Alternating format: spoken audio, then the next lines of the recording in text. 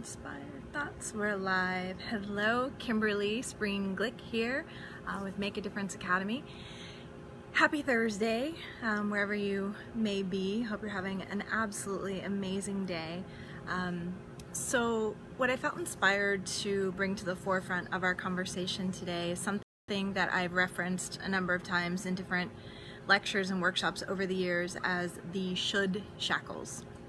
And what the should shackles represent would be those times in your life when you make decisions or take action based 100% on what you feel like you should do, even though it is in conflict with what feels right in your heart.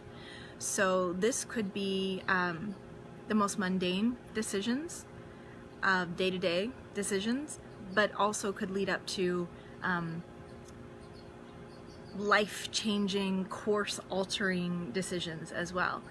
And so I just want to encourage you today to really think about the concept of when you make the decisions that, either, because every decision we make, right, is either going to bring us closer in alignment to who we are. Hey, sister, what's up, Tanya? Either closer into alignment with who we are or move us a bit further away. And, it's kind of this moving target at all times, and just because you get in alignment with who you really are one day doesn't mean that you stay there. It's not like a college degree that once you've earned it, you earn it. Every day you wake up, you've got to choose once again to step into your light and be who you really are, right? So I know I just got a little woo-woo, but it's okay, because woo-woo is now often proven by science, which makes the woo-woo not quite so woo-woo anymore. But back to the idea of the should shackles. So this is really when we make decisions and we take actions in our life based on feelings of obligation, based on the desire to not hurt other people's feelings or not to disappoint them. So we end up doing things that maybe would not best serve us for fear that we might disappoint other people, or because we feel like we should, because of what our culture or society says would be the right thing to do. So examples could be, talk about a life-altering decision, someone who goes into a field or goes to college for a particular subject, or goes into a field or an industry that they're not inspired to go into because it's what they feel like they should do, because maybe it's what one of their parents did or what their family is pushing them to do. I just actually met a beautiful young girl this past weekend at IDEA who is in college in an industry based on what her family told her was the right industry for her, and she was not happy. And so I know it happens to many of us throughout our lives, especially those of us who tend to be people pleasers. If you tend to, and that's not a bad thing. It's not a bad thing to thrive when people around you are happy. So being a people pleaser is not bad. So please never wear that as a label. Never wear a label at all, but never wear that as a label that makes you feel bad in any way. That's not a negative thing to be a people pleaser. However, you just have to be a little bit more careful.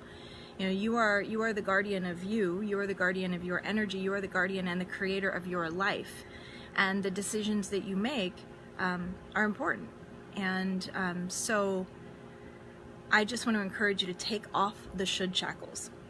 And sometimes, we'll make decisions because we know in our heart it's the right thing to do, and it also, might represent what others around us think we should do, especially if there are those around us supporting us in following our heart, right? But what I just want to encourage you to do is take a look at those decisions that when you go to make them, or the actions when you go to take them, maybe they just don't feel wholly right. That something inside of you just isn't resonating with that decision or that action, or it just doesn't feel in alignment with who you really are, or what would best serve you, or the path that you feel you should be on. For all of these reasons, I think that it really makes all the sense in the world for us to take great care in the choices we make and the actions we take in our lives. And sometimes we get on autopilot and we just consistently either become that that either that yes person who continues to follow along with what other people think we should do, or what, again, our culture thinks that we should do, and we fall into that people-pleasing mode where it's really hard to get out, and then we start to burn out and we get frustrated.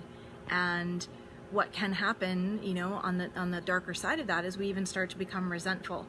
And well, that's not a good place to go. That's never going to serve you well. And so should shackles, the should shackles just have to come off. You know, you didn't come into this life to live it for anyone else. And I totally get that, you know, you'd want to make the choices and take the actions that would be pleasing to those around you. And it's great when it all lines up. But the last thing you want to do is to make a decision or to take an action based solely on that when it doesn't feel right within you. Because that will lead to nothing good for you, and actually nothing good for those around you that love and support you. Hey Renee, what's up, girl? So that's the inspired thought that I wanted to be able to share with you today. You know, I talk about these should shackles quite a bit, and I think that we underestimate the power that they have over our day-to-day lives and in the choices that we make. So especially if you're making any kind of life-altering or course-shifting, directing type of decisions, I think it's just really important to line up with yourself first. You know, really, you know, maybe take some time for some quiet, some stillness, whether it's through prayer, meditation, any kind of stillness practice, a place where you can just kind of get reconnected, tune back into who you really are, and then finalize your decision, then take the action. Because if you're aligned with who you really are, it's ultimately going to be the best outcome for you and for those around you. And so try not to fall into the trap of just making decisions based on what those around you think is best, because you will be given advice throughout your entire life by really well-meaning individuals who want the best for you, and yet it may not be the best advice for you. So I think you probably know what I'm talking about. If you know what I'm talking about, you can feel free to comment, because I think we've all probably been there. You know, really well-meaning people who tell us, oh, you should do this. Oh, no, don't do that, do this. Or no, this is what you should say. Or this is a choice you should make. Or this is what you should study. Or this is the job you should choose. Or no, don't stay in that relationship. Or no, you should get into this relationship. Or this is a perfect person for you. Or on and on and on and on and on, right? It goes. And so people that love you and really want the best for you often will be working from here, and that doesn't always match up with your here. And so you've got to tune into your own heart and make your choices in your life and take the actions that are going to be best for you. And just know that when you operate from that place, those loving, caring, well-meaning people around you are going to be okay, and they're ultimately going to be happier for it in the long run if you're happier. And so, but that can't even be your concern. It really cannot be your concern. You know, I believe I brought this up in some of our videos before. Oh, by the way, we had a pimple come visit today. Yeah, I named him Peter the Pimple. I was gonna cover it up, but I figured why? Kind of right next to my mole. They're like twins. But there's a book. It's called The Top 5 Regrets of the Dying. I know I've mentioned it before. It's by Bronnie Ware. She's a palliative care nurse. And the top 5 regrets of the dying, I won't go too much into it. We'll save that for another day. But the number one regret that surfaced as she interviewed these people who were in their final days of their life, the number one regret that surfaced so often that it became the number one on a top 5 list was, I wish I had had the courage to live a life true to myself instead of the life others expected of me. I wish I had had the courage to live a life true to myself instead of the life others expected of me. So what we know for sure is that we have this one big, brilliant, beautiful life that we have. And I just really want you to live it in the fullness of who you are, so you can experience it, this life, in the fullness of all that it has to offer you. And if you're going to do that, it may require removing the should shackles. The should shackles must come off. Again, it doesn't mean that you're not going to make amazing decisions, choices, and take actions in your life that are also extremely pleasing to those around you. But what it does mean is that no longer will you make choices that are detrimental to you just for the sake of pleasing others.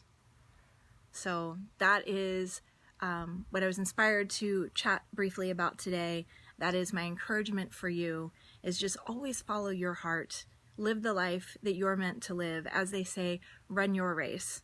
I'm not big on racing, but definitely live your life. And hi, beautiful. What's up, Miss Jen? Live the life that you're meant to live. And you only do that when you stay tuned in to who you are and make your choices and take your actions from that place. And you'll know. You'll know. Just give yourself that quiet time on a regular basis to tune in and to connect with that deeper self, what many would call God. Connect with who you really are and go from there. So with that, I hope you have just the most fantastic rest of your day wherever you are, and we'll look forward to connecting with you again in Facebook land or Instagram land or wherever our paths cross. Certainly next Thursday, 10 a.m. Pacific, if not before. So have a fabulous day. I am sending you much, much love. Mwah. Take care.